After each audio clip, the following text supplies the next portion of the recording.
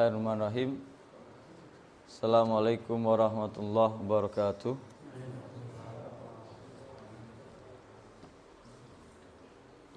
Innal hamdalillah nahmaduhu wa nasta'inuhu wa nastaghfiruh wa na'udzu billahi min syururi anfusina wa min sayyiati a'malina. May yahdihillahu fala mudhillalah wa may yudlil fala hadiyalah.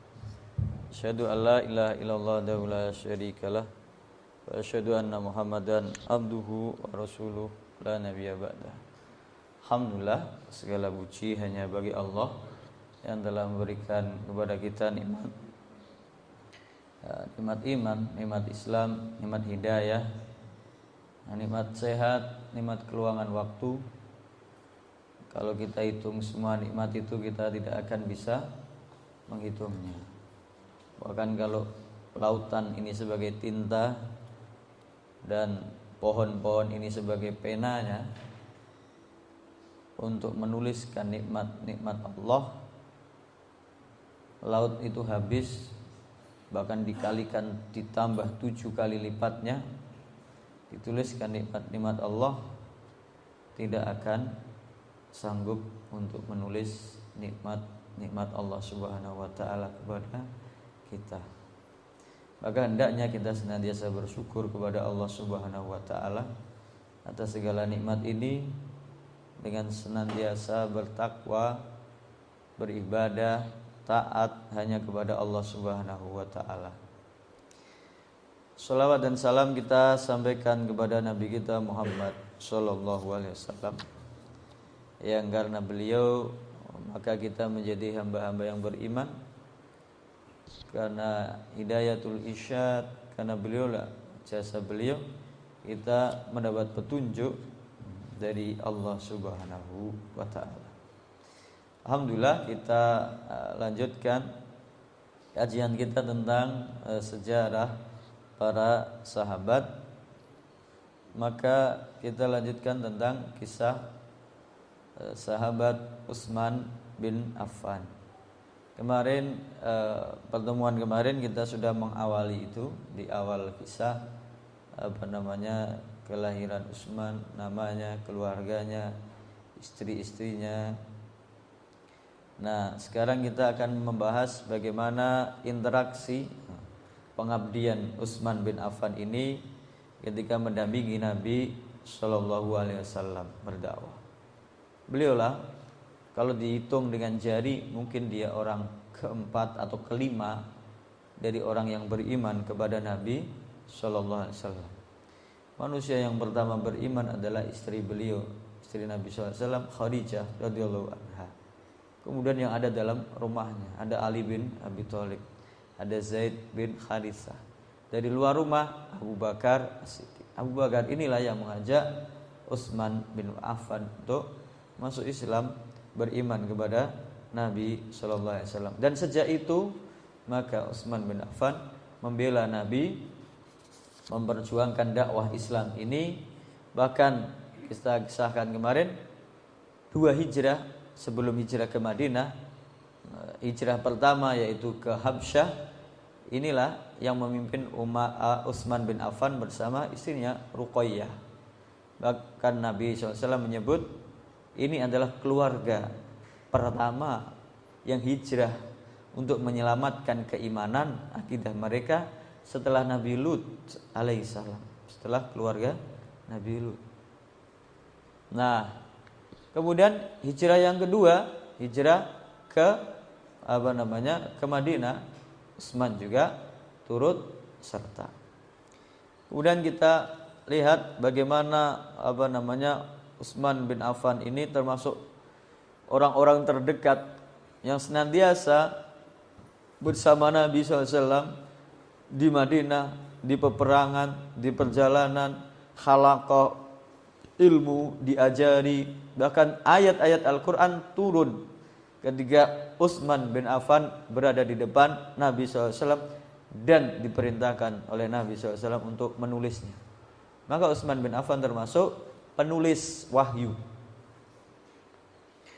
Nah, yang diperintahkan Nabi SAW untuk menulis apa yang telah diwahyukan kepada beliau sallallahu alaihi wasallam. Karena Nabi seorang ummi, tidak bisa membaca, tidak bisa menulis. Ketika diturunkan ayat Al-Qur'an kepada beliau, maka beliau menghafalnya, dan kalau ada sahabat diperintahkan untuk menulisnya, mengabadikannya dengan tulisan. Di antara sahabat-sahabat yang dekat di sekeliling Nabi SAW sejak awal berdakwah adalah Hamzah bin Abdul Muthalib, ada Ja'far bin Abi Thalib, ada Ali bin Abi Thalib, ada Abu Bakar As-Siddiq, ada Umar bin Khattab, ada Abu Ubaidah bin Al-Jarrah, ada beliau sendiri Utsman bin Affan, ada Utsman bin Mad'un, ada Abdurrahman bin Auf, ada Sa'ad bin Abi Waqqas, ada Thalhah bin Ubaidillah, Zubair bin Awwam. Semoga mereka diridhai oleh Allah Subhanahu wa taala. Kemudian Utsman bin Affan ini mempelajari tadi ayat-ayat Al-Qur'an. Dan ketika turun, dia sedang di hadapan Nabi SAW. Ketika diturunkan ayat, maka Rasulullah SAW bersabda kepadanya, "Uktub ya Usain." Tulislah wahai Utsman apa yang dibacakan oleh Nabi sallallahu alaihi wasallam dari ayat-ayat Al-Qur'an. Inilah keistimewaan Utsman bin Affan. Tangannya yang istimewa, inilah yang menulis ayat-ayat Al-Qur'an. Beliau mati syahid ketika sedang membaca Al-Qur'an. Dikepung oleh orang-orang yang Khawarij itu. Dia dikepung, bahkan dimasuki rumahnya, dia ditebas dengan pedang, dia tangkis dengan tangannya terluka, darahnya mengucur. Bahkan sampai sekarang mushaf Utsman ini yang sedang dibaca Utsman itu ada percikan darah Utsman tersimpan rapi di museum. Nah, ketika menangkis ini, Utsman bin Affan berkata kepada orang-orang yang menyerangnya. Dia berkata, Utsman bin Affan, "Amma wallahi innaha la awwalu kaffin khattat al-mufassal." Demi Allah, tangan yang kalian lukai ini, yang kalian tebas dengan pedang ini, tangan yang pertama menulis ayat-ayat surat-surat al-mufassal. Surat Qaf dan seterusnya. Dia penulis wahyu. Kemudian di antara dekatnya Utsman bin Affan, dia mempelajari perilaku Nabi, ibadah Nabi, dan akhlak beliau sallallahu alaihi wasallam. Bahkan istrinya Ruqayyah ketika ditanya oleh Nabi SAW ketika berkunjung ke rumahnya, ditanya, "Bagaimana suamimu wahai Ruqayyah?" "Dia orang baik wahai ayahanda." Maka diperintahkan kepada Ruqayyah, "Hormatilah dia, karena dia adalah sahabatku yang paling mirip akhlaknya denganku." Kemudian di antara riwayat yang paling kuat, yang paling lengkap tentang hadis itu diriwayatkan oleh budaknya Utsman. Ini sudah kita sebutkan kemarin nama-namanya. Di antara namanya adalah Khumran bin Abban, yaitu maulanya Utsman. Maula itu mantan budak yang dimerdekakan oleh Utsman. Dulu budak itu yang melayani setiap hari kebutuhan tuannya. Maka dari sinilah riwayat hadis tentang wudu yang paling lengkap dan sahih. Hadis yang lain banyak yang sahih, yang kuat, dan di antaranya hadis ini yang diriwayatkan oleh Khumran bin Abban, maula Utsman bin Affan. Dia berkata, Khumran bin Abban ini berkata, "Ra'aitu Utsman bin Affan tawaddu'a." Saya melihat Utsman bin Affan berwudu. Tata cara wudunya Utsman. Nah, ini yang menjadi patokan tata cara berwudu. Fa'afragha 'ala yadayhi salasan. Pertama, Utsman memasukkan tangannya kepada tempat wadah air 3 kali. Faghasalahuma. Sebelum untuk membasuh kan kita disunahkan mencuci tangan, membasuh tangan dulu. Sebelum masuk ke wudunya. Summa tamatmadha. Kemudian dia berkumur-kumur. Summa wastangsara. Kemudian dia memasukkan air ke hidungnya, nyedot dan dikeluarkan. Di sini tidak disebutkan salasan. berkumur-kumur, kemudian istansara, mencium air, masukkan air ke dalam hidung, kemudian dikeluarkan.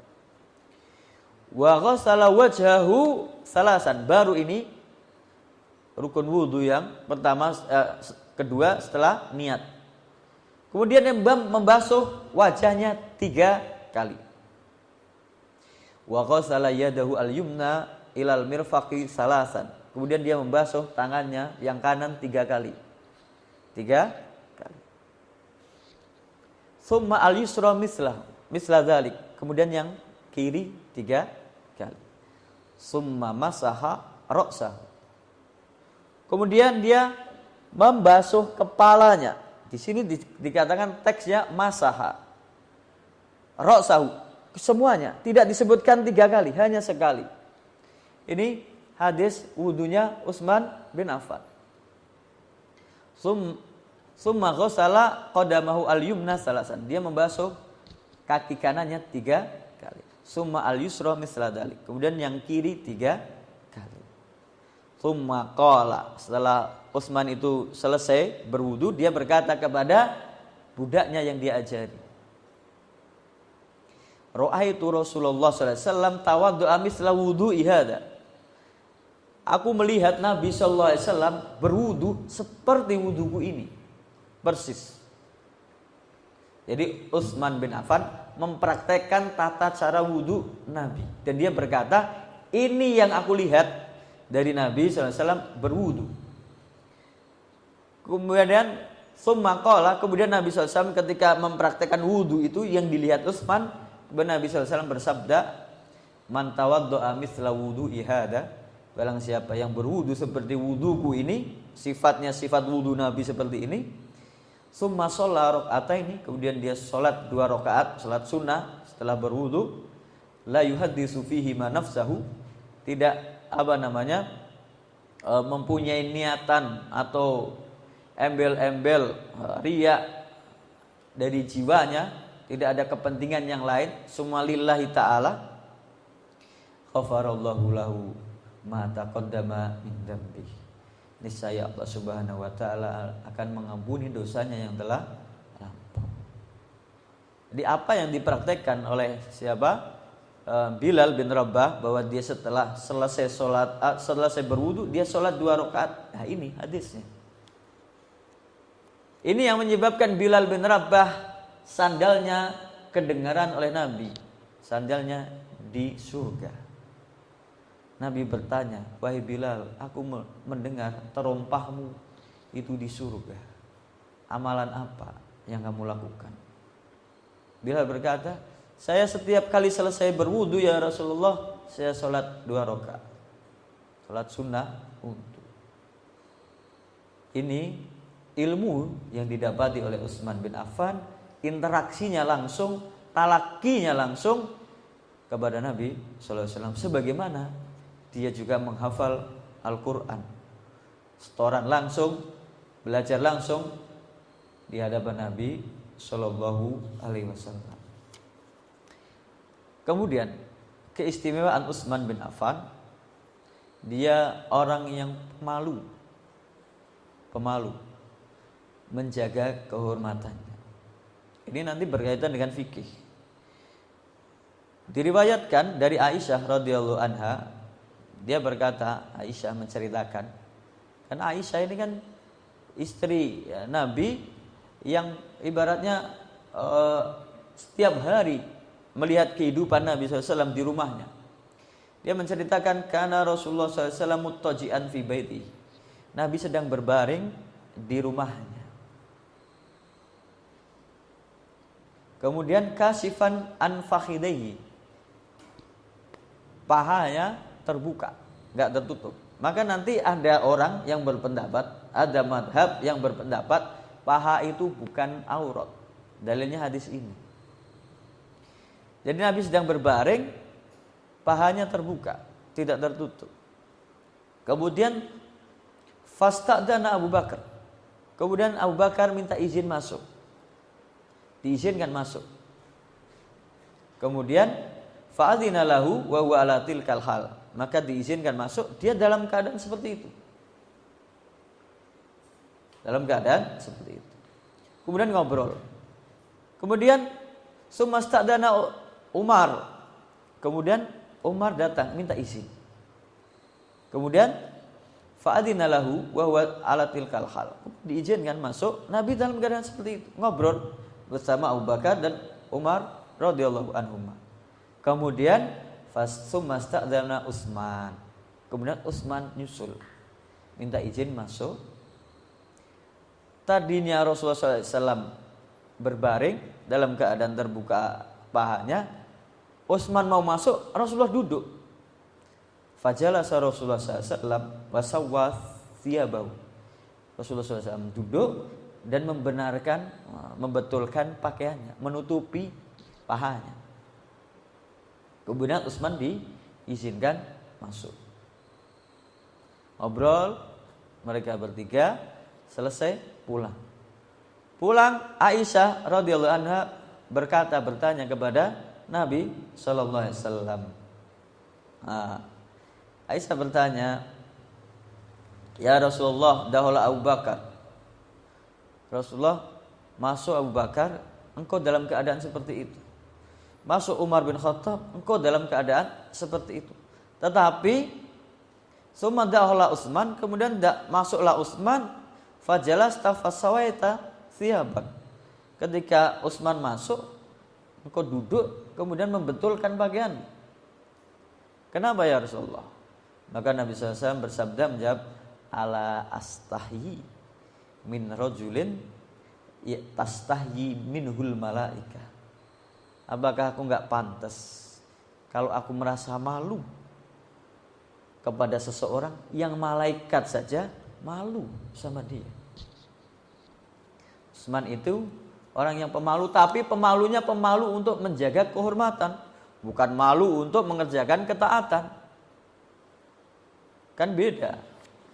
Wah, saya kenapa kok nggak ikut jamaah di musola? Malu dikira sok alim. Ya bukan malu. Itu malu yang salah tempatnya. Giliran maksiat sama teman-temannya nggak malu. Temannya banyak kok nggak malu. Ini malu yang kebalik. Utsman malu karena kebenaran, malu menjaga kehormatan. Nah, tapi dalam riwayat yang lain Nabi SAW bersabda atau menjawabnya, Inna Utsman rajulun hayyun. Utsman ini orang yang pemalu. Walau adzintu lahu ala tilkal hal. Kalau aku izinkan dia masuk, saya dalam keadaan seperti itu, saya takut dia khasyitu an la yaqdiya ilayya hajatahu. Kalau saya dalam keadaan seperti itu, dia malu. Enggak akan berani mengungkapkan atau ngobrol bersama Nabi sallallahu alaihi wasallam. Nah, inilah di antara keistimewaan Utsman bin Affan.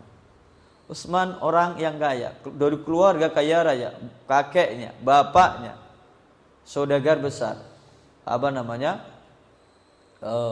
Orang yang punya perdagangan yang besar.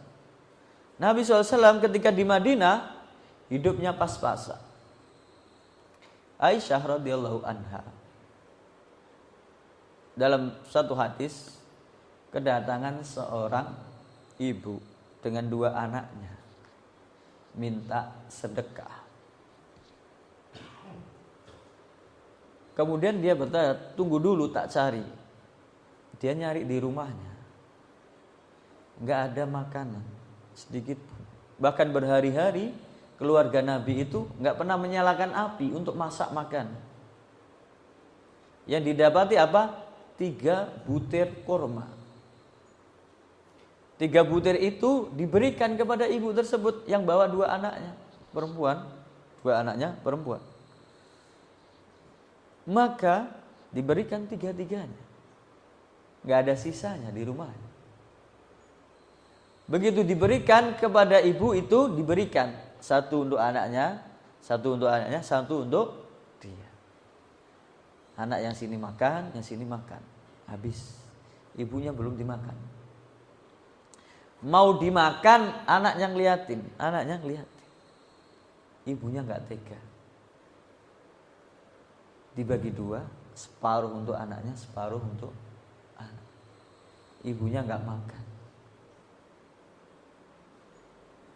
Keadaan ummahatul mukminin seperti itu.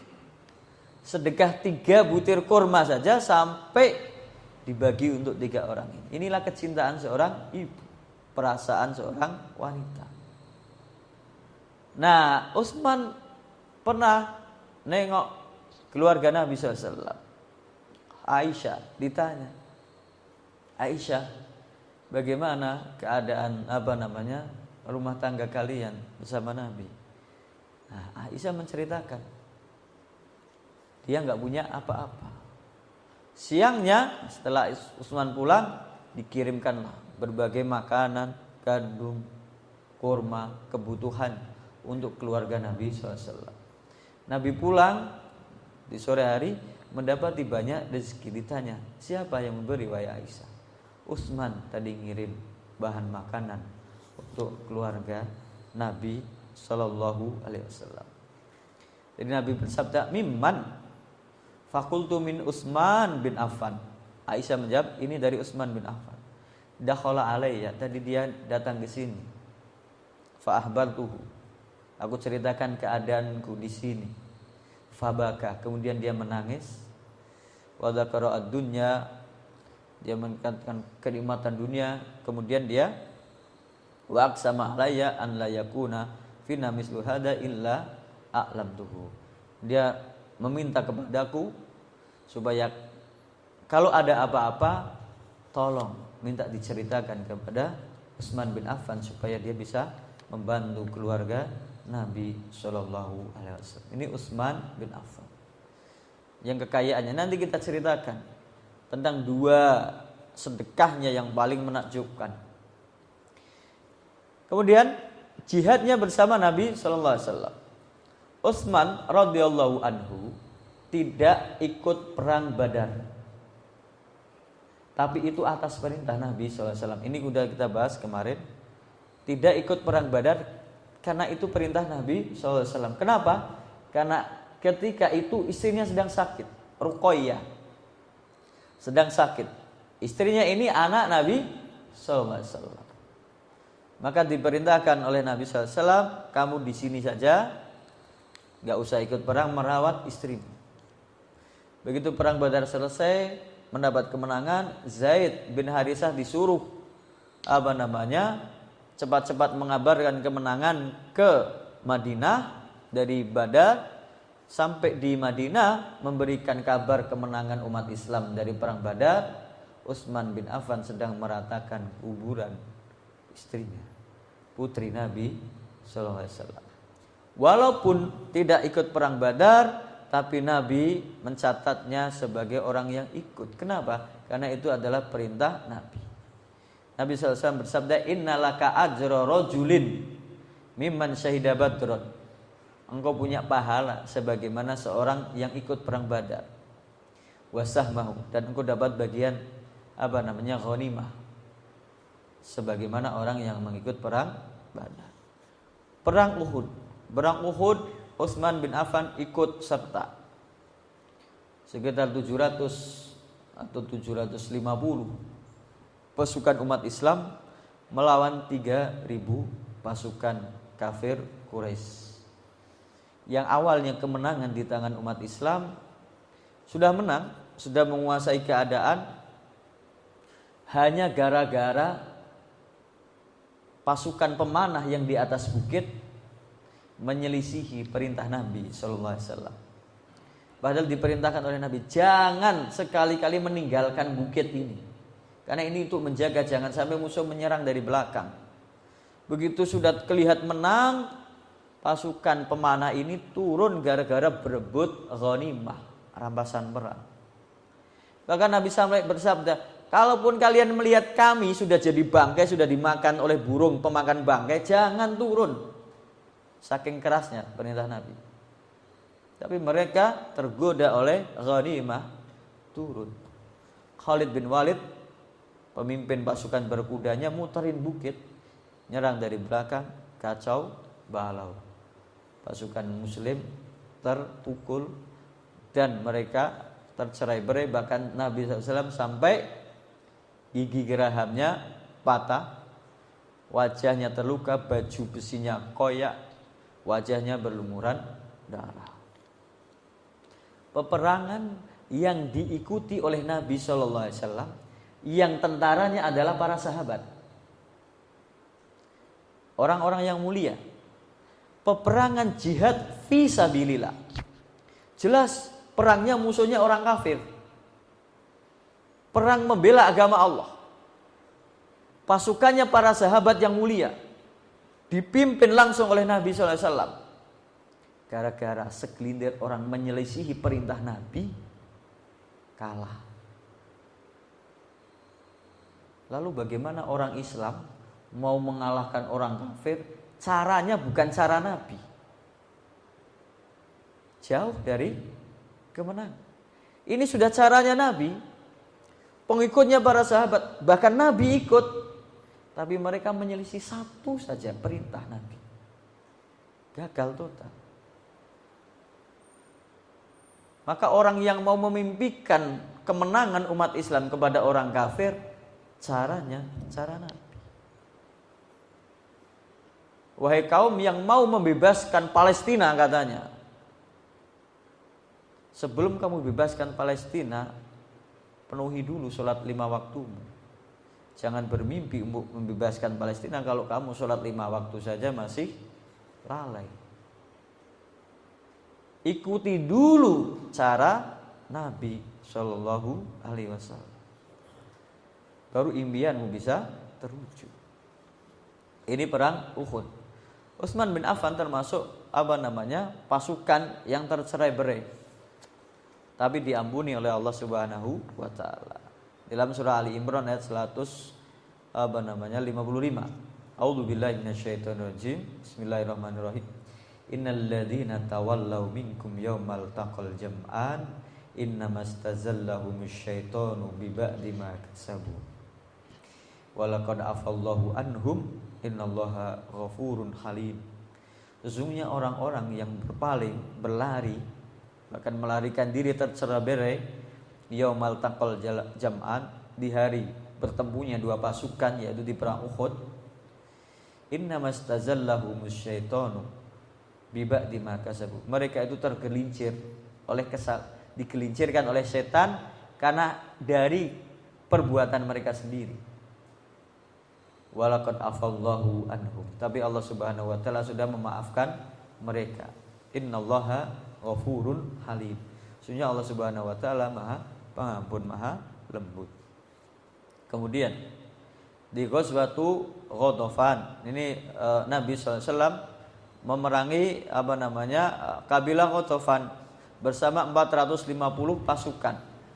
Nabi mendengar kabilah Ghatafan ini sedang mengumpulkan pasukan untuk menyerang Madinah. Maka sebelum diserang, Nabi sudah berangkat duluan bersama 450 pasukan ke kabilah Ghatafan ini, sampai di lembah yang namanya di Amrin. Utsman tidak ikut karena diperintahkan oleh Nabi untuk berjaga di Madinah. Dia sebagai pemimpin Madinah ketika Madinah kosong dari Nabi SAW. Kemudian di Ghazwatu Dzatir Riqa sama. Ini Nabi SAW bersama, ada yang mengatakan 400, ada yang mengatakan 700 pasukan. Utsman diperintahkan untuk menjadi pemimpin di Madinah. Nabi bersama pasukan berangkat di perang Dzatur Riqa. Kemudian yang paling menunjukkan kedudukan Utsman bin Affan adalah ketika di Umroh Hudaybiyah di tahun ke-6 Hijriah, bulan Dzulqa'dah. Jadi di awal bulan Dzulqa'dah, jadi Nabi SAW bermimpi sebelumnya. Beliau bermimpi tawaf di Ka'bah, kemudian sa'i, kemudian para sahabat mencukur rambutnya, tahallul.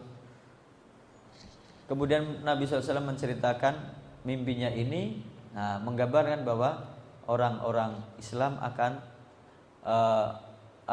tawaf umroh di Masjidil Haram. Padahal tahun itu, tahun ke-6 Hijriah, Mekah masih dikuasai oleh orang kafir Quraisy. Maka di bulan Dzulqa'dah Nabi SAW berangkat umroh bersama 1.500 orang dari umat Islam. Tidak bersenjata karena tujuannya umroh.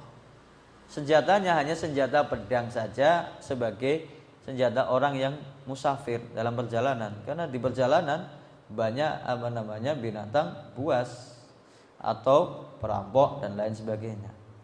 Sampai menjelang Mekah, Nabi dihadang oleh orang kafir Quraisy. Terjadilah utusan bolak-balik negosiasi. Maka Nabi SAW ingin mengutus Umar bin Khattab sebagai duta, sebagai utusan untuk negosiasi kepada orang kafir Quraisy di Mekah. Umar berkata, "Ya Rasulullah, inni akhafu Quraisyan ala nafsi." Ya Rasulullah, saya takut Quraisy ini gak bisa damai dengan saya. Saya orangnya keras, mereka juga keras. Walaysa bima kata min bani Adi bin Ka'ab ahadun yamnauni. Kalau saya diapa-apakan orang kafir Quraisy, gak ada yang mau bela saya. Kabilah saya bukan kabilah yang kuat. Keluarga besar saya gak bakal membela saya, gak bakal melindungi saya kalau saya diapa-apakan atau dimusuhi oleh orang kafir Quraisy. Dan Quraisy tahu betapa saya keras kepada mereka sejak masuk Islam. Maka Umar bin Khattab, "Walakini aduluka ala rajulin a'azzu biha minni."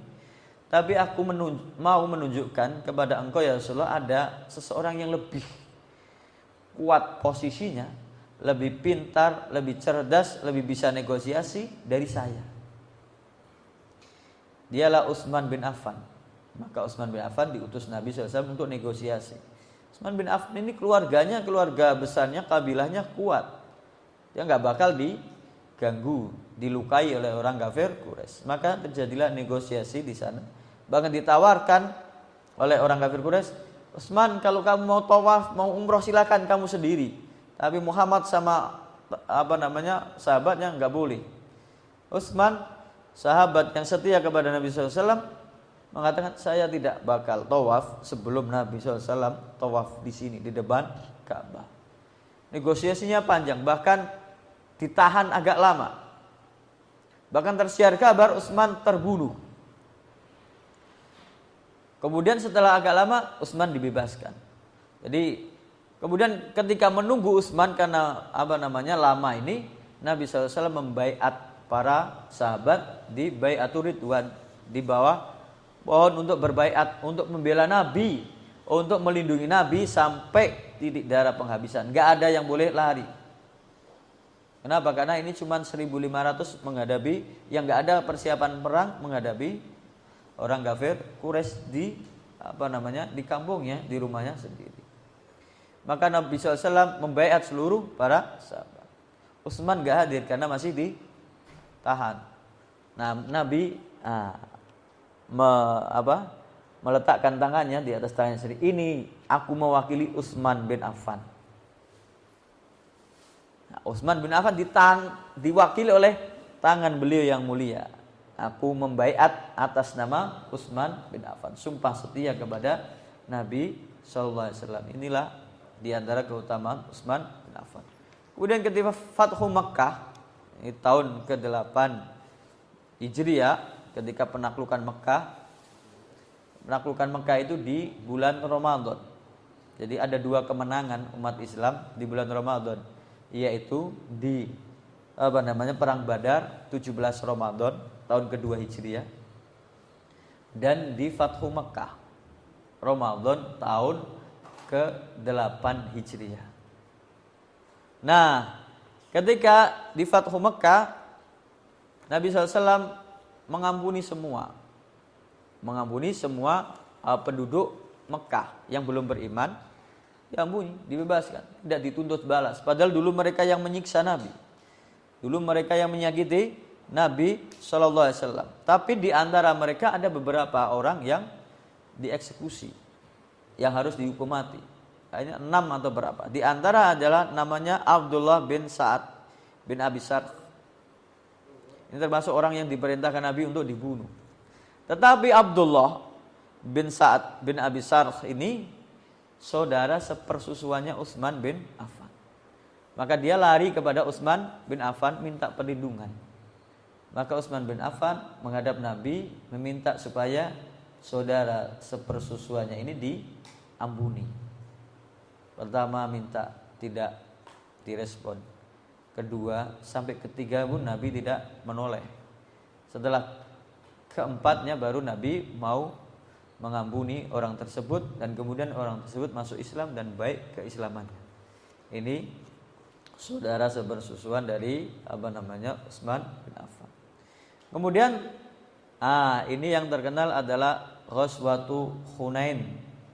Di sini Utsman bin Affan bersama Nabi SAW berjihad, berperang melawan musuh dan termasuk orang-orang yang tetap bertahan di tengah serbuan musuh.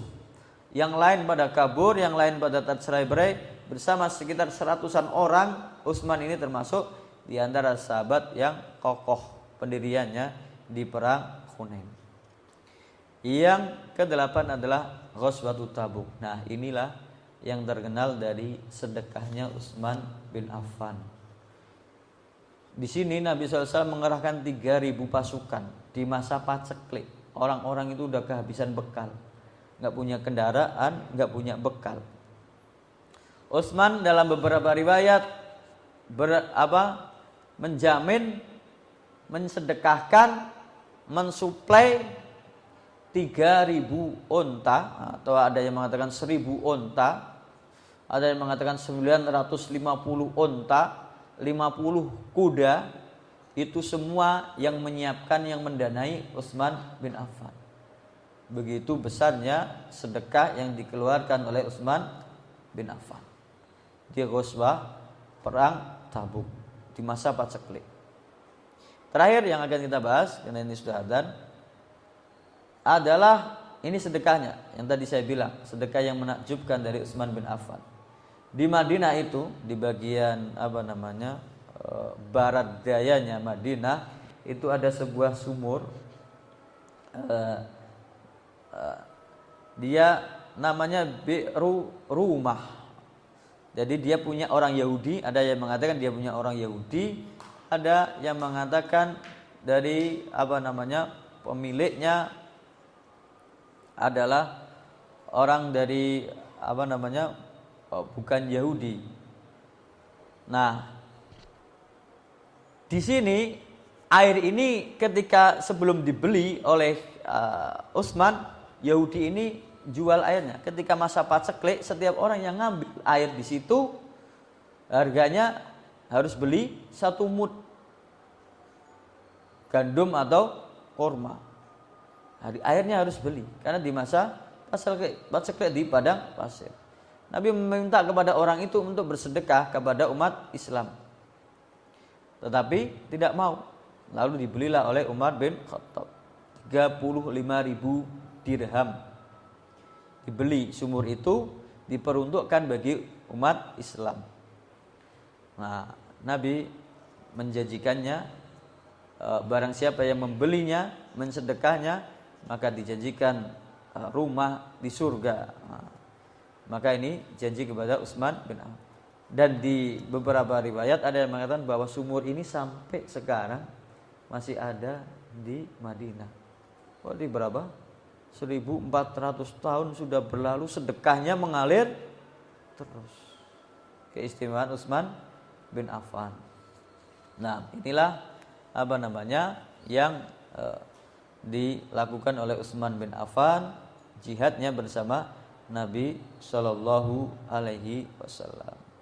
Satu lagi yaitu ketika perluasan Masjid Nabawi di zaman Nabi masih hidup, di samping masjid ini mau dibeli. Nah, yang berani membeli, yang mau mensedekahkan Utsman bin Affan, membeli tanah di samping masjid itu untuk memperluas Masjid Nabawi di zaman Nabi Shallallahu Alaihi Wasallam. Inilah jasa-jasa dari Utsman bin Affan radhiyallahu anhu, keutamaannya dan perjuangannya dalam membela agama Islam, berjuang bersama Nabi Shallallahu Alaihi Wasallam. Insyaallah kita lanjutkan di pertemuan yang akan datang. Hal min soal, apakah ada pertanyaan? Silahkan.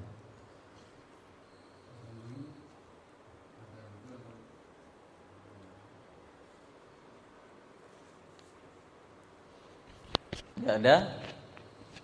Ya ada, berarti sudah waktunya azan. Kita cukupkan sini, kita tutup dengan doa kafaratul majelis. Subhanakallahumma wa bihamdika asyhadu an la ilaha illa anta astaghfiruka wa atubu ilaik. Assalamualaikum